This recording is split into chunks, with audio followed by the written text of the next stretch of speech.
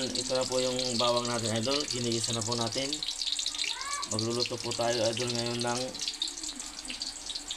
fried tofu, idol, na may kangkong. So, idol, oh. Kangkong na may fried tofu. Fried tofu na may kangkong. Parang baliktaran lang. Pwede pa rin, idol, no? Yan, idol, oh. Ginisa natin yung bawang, idol. Idol. Gisahin muna natin yung bawang, idol, at saka sibuyas. Lagyan natin ng luya, idol, para iba yung lasa. Masarap, idol, pag may luya. Yung ating kulay. Yummy.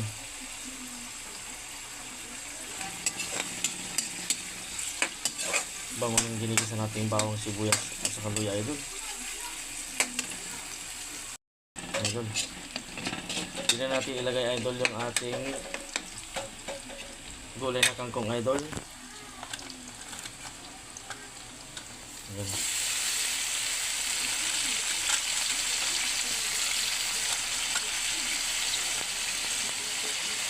Pag medyo lumambot na ng konti, idol, yung ating kangkong, kaya natin ilalagay, idol, yung ating kamatis, idol.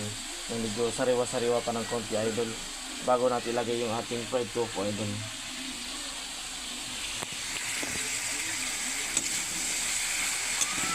Yan yung kangkong, idol, ah.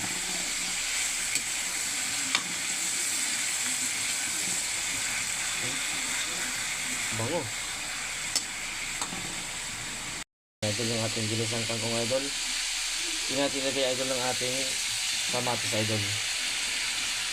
Para medyo sariwa-sariwa pa siya, idol.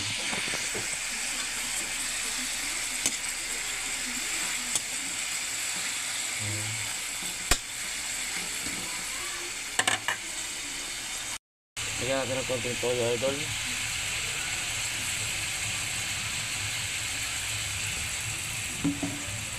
Magic sarap.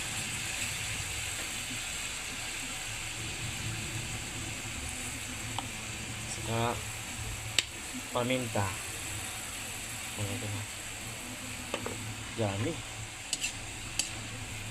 Sarap, idol, ha.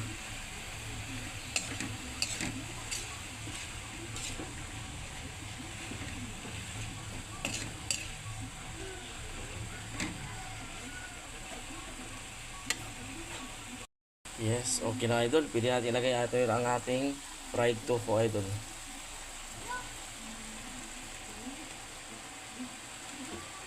Wow. Yummy.